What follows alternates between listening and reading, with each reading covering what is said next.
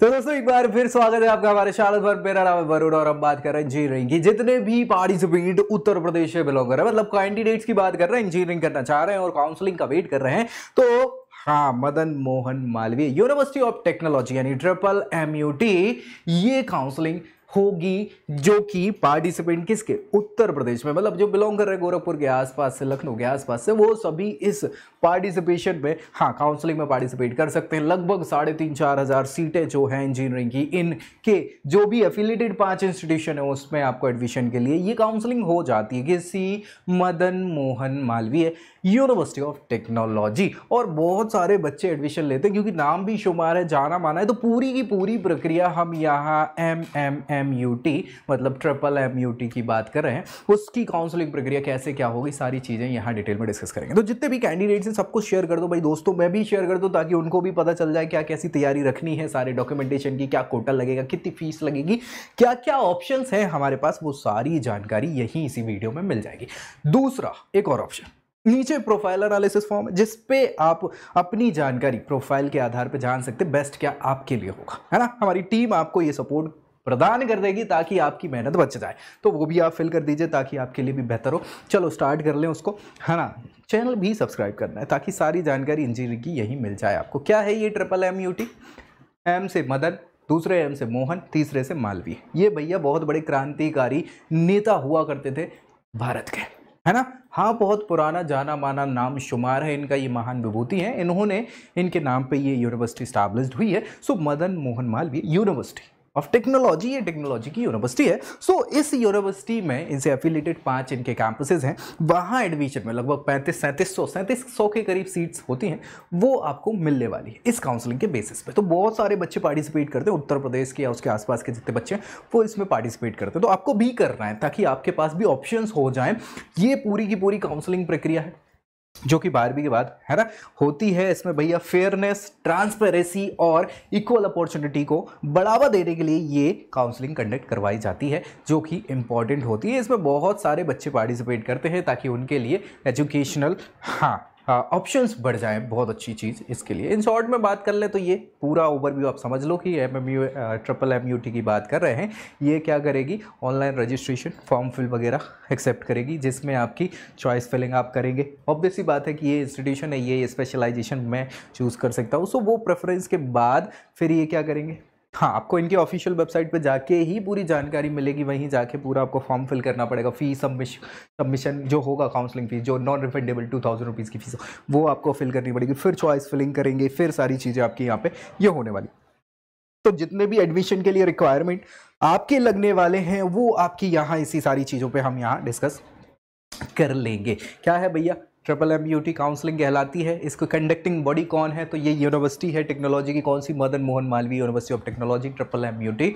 और भैया पर्पस क्या है, इसमें बच्चों को खूब सारे ऑप्शंस मिले, हाँ, ताकि भैया इक्वालिटी और अपॉर्चुनिटी बच्चों में क्रिएट होती रहे, बनती रहे, ठीक है। इसके अलावा जेई मेंस के स्कोर को ये सेलेक्ट करते हैं। ऑब्वियस सी बात है, इसी के बेसिस पे आपको एडमिशन यहाँ मिलने वाला है। हो सकता है कि आपने जेई मेंस दिया हो और बहुत सारी पार्टिसिपेशन आप काउंसलिंग का कर रहे हैं, तो ये एक ऑप्शन आपके लिए हो जाएगा। अंडर ग्रेजुएशन के कोर्सेज हैं, स्टेट काउंसलिंग ये कहलाती है, उत्तर प्रदेश में स्टैब्लिश्ड है, इसलिए उत्तर प्रदेश स्टेट में ये अलग से काउंसलिंग होगी इनके 5 कैंपसेस के लिए। BTech के कोर्सेज ये प्रोवाइड करा देते हैं, 1 साल में 1 बार काउंसलिंग होती है और यहाँ CSAP के बेसिस पे आपको एडमिशन मिलने वाला है, यानी centralised seat allocation board, CSAP कहलाता है। जेई मेंस में रैंकिंग के आधार पे ये सारी चीज़ें होंगी। ऑनलाइन ये काउंसलिंग होगी और इनकी ऑफिशियल वेबसाइट जो है, जहाँ पे जाना है आपको, www.MMUT.ac.in, ये आपकी ऑफिशियल वेबसाइट है। वहीं सारी की सारी ये इस काउंसलिंग की प्रक्रिया आपकी होने वाली है। एलिजिबिलिटी क्राइटेरिया क्या क्या होंगे, क्या लगने वाली हैं सारी चीज़ें, ये भी आपको पता होना चाहिए। सो सबसे पहले अगर हम बात कर लें क्वालिफिकेशन के लिए, मिनिमम 12th क्लास पास होना ज़रूरी है। अगर नहीं है तो हट जाओ, है तो बहुत अच्छी बात है, बढ़िया है। इसके अलावा आपको क्या मार्क्स होने चाहिए 12th क्लास में, हाँ, ये भी एक क्वालिफिकेशन है, क्राइटेरिया है, एलिजिबिलिटी क्राइटेरिया। अगर जनरल कैटेगरी से बिलोंग कर रहे हैं तो आपके पास मिनिमम क्या होने चाहिए, 55% के मार्क्स होने चाहिए। हाँ जी, 55% मिनिमम 12th क्लास में पास आउट आपको होना चाहिए। उसके अलावा अगर आप SC ST या फिर किसी रिजर्व कैटेगरी से बिलोंग कर रहे हैं तो 50%, 5% का रिलैक्सेशन आपको मिल जाता है। दूसरी चीज, यहाँ पे PCM का या पर्टिकुलर सब्जेक्ट वाइज अलग क्राइटेरिया रहता है, तो 60% आपके एग्रीगेशन मार्क्स होने चाहिए PCM। अगर जनरल कैटेगरी से बिलोंग करते हैं, नहीं करते हैं तो 55% में काम चल जाएगा रिजर्व कैटेगरी के लिए। ठीक है भाई, तो ये एलिजिबिलिटी क्राइटेरिया है और जेई दिया हो, जेई मेंस के एग्जाम के बेसिस पे आपको यहाँ एडमिशन मिलेगा, तो वो भी इंपॉर्टेंट हो जाता है। ठीक है ना भाई, चलिए कैसे क्या करेंगे काउंसलिंग की प्रक्रिया के लिए, आपको रजिस्ट्रेशन करना पड़ेगा। तो आपको ऑफिशियल वेबसाइट हमने बताई थी www.mut.ac.in, यहाँ जाएंगे, क्लिक करेंगे, आप देखेंगे जैसी काउंसलिंग स्टार्ट होगी तो आपको रजिस्ट्रेशन के लिए एक फॉर्म मिल जाएगा। वहीं क्लिक करेंगे लिंक पे तो फॉर्म ओपन होगा। सो सबसे पहले रजिस्ट्रेशन आपको करना होगा यहाँ इस काउंसलिंग के लिए, जिसमें आपको सारी की सारी जानकारी, हाँ आपको एक आईडी पासवर्ड भी जनरेट करने का मौका मिलेगा और वो अच्छे से संभाल के रखना है ताकि आपको पूरी प्रक्रिया में वो बार बार लगेगा, सो वो रखे रहें। उसके बाद आपको हाँ रजिस्ट्रेशन के बाद अपनी डिटेल्स भी तो फिल करनी पड़ेगी भाई, 12th में क्या किया हमने, 10th में क्या किया हमने, मतलब कितने परसेंटेज आए, क्या रहा, कैसा रहा, कौन सी कैटेगरी से बिलोंग करते हैं, मेल है कि फीमेल है, पापा जी का क्या नाम है, मम्मी जी का क्या नाम है, कितनी एज हो गई, डेट ऑफ बर्थ वगैरह, एड्रेस वगैरह, ये सारी चीज़ें आपको फिल करनी, फोटो भी लगेगी, सिग्नेचर भी लगेगा, ये सारी चीज़ें आपकी डॉक्यूमेंट रिक्वायर्ड में हम डिस्कस करेंगे क्या क्या लगने वाले हैं, लेकिन लगते लगभग सभी यही चीज़ है। जेई मेंस के परसेंटाइल भी लगेंगे, सारे फॉर्म्स वगैरह भी लगेंगे, वो आपको इसमें फिल करने होते हैं और एडमिशन के समय भी वो सारी चीज़ें लगने वाली है। ठीक है, पेमेंट वगैरह हमने बता ही दिया था कि एक नॉन रिफंडेबल पेमेंट होगा आपका, जो रजिस्ट्रेशन फी के तौर पे लिया जाएगा 2000 रुपये, है ना, जो कि ज़रूरी है। फिर आपको डॉक्यूमेंट अपडेट करने पड़ेंगे, सारे के सारे जो कि रेलेवेंट डॉक्यूमेंट्स वो मांगेंगे वो आप अपलोड करेंगे और फिर वेरीफाई भी होते हैं, याद रखिएगा। तो कुछ गलत डॉक्यूमेंटेशन आप प्लीज़ मत करिए, नहीं तो आपकी कैंसिल हो सकती है एडमिशन प्रक्रिया। हाँ, और हो सकता है बैन भी लगा दिया जाए, कई कई जगहों पे ऐसे नॉर्म्स होते हैं कि 1-2 साल के लिए आपको बैन कर दिया जाए, आपको कहीं एडमिशन ही ना मिले। सो प्लीज़ ये हमें, हाँ FM वाले काम, UFM वाले अनफेयर मीन्स जो कहलाते हैं वो नहीं करने। काउंसलिंग प्रोसीजर में फिर चॉइस फिलिंग का ऑप्शन आपके पास होगा, जिसमें आपके पास जो 5 इंस्टीट्यूशन है पार्टिसिपेटिंग इंस्टीट्यूट इस Madan Mohan Malaviya university of technology के, उनकी सारी की सारी चॉइस फिलिंग करनी है। स्पेशलाइजेशन कौन कौन से आप कैसे कैसे जाके तिकड़म क्रिएट कर सकते हैं, मतलब कौन सी स्पेशलाइजेशन किस इंस्टीट्यूशन की क्या प्रेफरेंस रखनी है, फर्स्ट सेकंड थर्ड फोर्थ, वो सारा चॉइस फिलिंग का काम होता है ना। तो एक्सपर्ट अगर हैं आपके साथ, एक्सपर्ट बोले तो आपके भाई बहन हो, कोई जो बताने वाले हो, गाइड करने वाले हो, तो बहुत अच्छी बात है। अदरवाइज हमारी टीम आपका सपोर्ट कर सकती है एक किस पे, हाँ शर्त वही है, नीचे फॉर्म फिल है, फॉर्म दिया हुआ है, लिंक दी हुई है, उसको फिल करना है, आपकी प्रोफाइल पे क्या बेस्ट होगा वो हम सपोर्ट कर सकते हैं। ठीक है, सो उसको फिल करना नहीं भूलना है। फिर चॉइस लॉक करना है। देखो यार, लॉक करने से पहले एक बार प्लीज़ उसको ज़रूर देख लीजिएगा, नहीं तो ऊपर नीचे के चक्कर में गड़बड़ हो जाए, है ना। सो चॉइस लॉक कर देंगे, OTP वगैरह आपका जो रजिस्टर्ड मोबाइल और ईमेल आपने दी होगी वहीं आएगा। सो ऐसे ही मोबाइल नंबर ईमेल आपको फिल करना है जो कि हाँ करंट अवेलेबल हो, आपके ही हो, किसी दूसरे के ना हो। ठीक है, क्योंकि पूरी इस प्रक्रिया में तो लगेगा ही, और जीवन भर जब तक आप 4 साल पढ़ते रहेंगे या उसके बाद पढ़ेंगे तब तक वो सारे नोटिफिकेशन आपको उसी नंबर पे आने वाले। तो भैया घबराना नहीं तो कई बार लोग बाग क्या करते हैं कि यार हो सकता है पापा को शिकायत के लिए भी उसी नंबर पे आ जाए, फिर अपना ही डालना है ना, पापा का नहीं डालना है, पापा का नंबर जहाँ मांगा जाए वहाँ डालना है।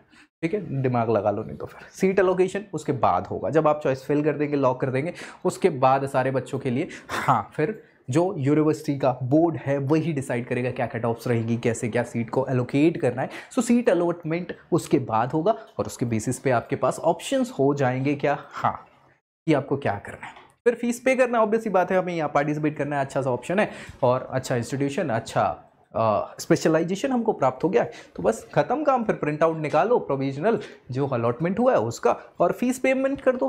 कंफर्मेशन फीस 40,000 रुपीज़ है जो कि आपको फ़ी पेमेंट करनी पड़ेगी, हाँ नहीं तो फिर समस्या, वो भी आपकी सीट वेकेंट मानी जाएगी, उसको कर दो। फिर ब्रांच अपग्रेडेशन अगर करना चाहते हो तो वो एक ऑप्शन आपको मिल जाएगा। देखो ये 40,000 फुल फीस नहीं है, ये टोकन अमाउंट है एक प्रकार से कि हाँ आपने इतनी फीस पे कर दी है, बाकी बची हुई फीस जब हम एडमिशन लेंगे तब कर देंगे, उसके बाद कर देंगे। तो अपग्रेडेशन में भी वो 40,000 जो आपने दिया है वो अभी भी क्या होगा, हाँ अगर दूसरा इंस्टीट्यूशन मिल जाता है, अपग्रेड हो जाता है तो वो वहाँ आपका एडजस्ट हो जाएगा। अदरवाइज क्या कर सकते हैं आप, ये 40,000 यहाँ एडजस्ट हो जाएगा, तो उतना कोई समस्या का काम नहीं है। अगर विड्रॉल आप कर लेते हैं तो बाद में आपको 40,000 भी वापस हो जाता है, कुछ थोड़ा सा चार्ज वगैरह लगता है, उसके बाद बाकी का रिमेनिंग अमाउंट आपको वापस हो जाता है। तो ऐसी कोई समस्या की बात यहाँ पर होने नहीं वाली है, ये पूरी की पूरी प्रक्रिया है। अब आपके पास ऑप्शन क्या क्या हैं, ये ऑप्शंस हैं जो पार्टिसिपेटिंग इंस्टीट्यूशंस हैं जो कि मदन मोहन मालवीय यूनिवर्सिटी में पार्टिसिपेट करते हैं। वैसे तो इनके ही कैंपसेस हैं, सच्चाई यही है। देखो एक तो इनका MMU का हाँ गोरखपुर कैंपस, जी हाँ, जिसमें लगभग टोटल सीटिंग कैपेसिटी की बात करें, इंटेक्स की बात करें 1050 सीटें हैं। हाँ, अलग अलग स्पेशलाइजेशन सभी के मिला के, जिसमें अगर बात करें तो 2013 में ये इनका कैंपस एस्टैब्लिशमेंट हुआ था, ये वाला गोरखपुर वाला, ठीक है। इसमें स्टेट गवर्नमेंट के अंदर ये इंस्टीट्यूशन आता है। इसकी फीस स्ट्रक्चर की बात कर ले तो लगभग 1,05,000 रुपये, करीब 600 रुपये जो है वो फीस स्ट्रक्चर है। कितना? एक साल का। हाँ, ऑब्वियसली बात है। इनका दूसरा एक लखनऊ कैंपस है जिसको institute of engineering and technology IET Lucknow कहा जाता है। वहाँ 843 सीट्स हैं। सारी स्पेशलाइजेशन जो ये प्रोवाइड कराते हैं। 1984 में स्टैब्लिश्ड ये कैंपस हुआ था, स्टेट गवर्नमेंट के अंदर आता है। और इनके फीस स्ट्रक्चर की बात करें तो 1,04,000 रुपये करीब जो है, हाँ वही लगभग वही है, बहुत ज़्यादा नहीं है फीस स्ट्रक्चर चेंज, तो वो एक फीस स्ट्रक्चर है। फिर इसके बाद अगर हम गोरखपुर का फैकल्टी ऑफ मैनेजमेंट स्टडी वाले कैंपस की बात कर लें तो वो 60, अभी नया स्टैब्लिश्ड हुआ 2021 में, 60 सीटें ही हैं। स्टेट गवर्नमेंट 1,36,000 का कैंपस है, मतलब फीस चार्ज है, इनका फीस स्ट्रक्चर है। इसके बाद जो नोएडा कैंपस है 1,050 सीट्स, वहाँ भी है, 2013 में इसको स्टैब्लिश्ड किया गया था। स्टेट गवर्नमेंट 1,27,000 रुपये, करीब 500 रुपये, ऐसी कुछ एक साल की फीस है। तो फीस स्ट्रक्चर बहुत ज़्यादा है नहीं इनका। इसके अलावा फिर गोरखपुर कैंपस 720 सीट है, वो है 1962, ये इनका मेन कैंपस है एक्चुअली 1962 का। ऑटोनॉमस स्ट्रक्चर है इनका, यानी कि इस इंस्टीट्यूशन में इनके रूल्स एंड रेगुलेशंस चलने वाले हैं। 93,950 रुपये की फीस है एक साल की, ठीक है। सो बता दिया मैंने कि कौन कौन से ऑप्शन है, क्या फीस स्ट्रक्चर है ना, ताकि आपको एक आइडिया तो रहेगी क्या कैसे। बहुत सारे बच्चों के दिमाग में कुछ क्वेश्चंस आते हैं जैसे MMUT काउंसलिंग क्या है, तो बता दिया मैंने कि भैया ये यूनिवर्सिटी का नाम है Madan Mohan Malaviya university of technology, जो कि उत्तर प्रदेश गोरखपुर से बिलोंग करती है। हाँ, इनके कैंपसेस नोएडा और लखनऊ में भी हैं। तो ये इनके रिलेटेड 5 कैंपसेस में एडमिशन के लिए ये प्रक्रिया कंडक्ट करवाते काउंसलिंग की, जिसमें पार्टिसिपेट करने की ये प्रक्रिया है, जिसके बेसिस पे इन इंस्टीट्यूशंस में आपको एडमिशन मिल जाता है। सो ये पूरी की पूरी चीज़ है। दूसरा क्वेश्चन है कि सीट अलॉटमेंट, हाँ, काउंसलिंग में कैसे होता है, तो बता ही दिया था कि आपको सबसे पहले रजिस्ट्रेशन करना पड़ेगा, फिर भैया डॉक्यूमेंटेशन आप देखेंगे अपलोड करेंगे, उसके बाद फिर सीट अलॉटमेंट के लिए आपको उससे पहले चॉइस फिलिंग का ऑप्शन देखना पड़ता है। उस चॉइस फिलिंग में आप देखेंगे और फिर वो पूरा का पूरा बोर्ड या यूनिवर्सिटी बोर्ड डिसाइड करेगा कि क्या आपको सीट मिलने वाली।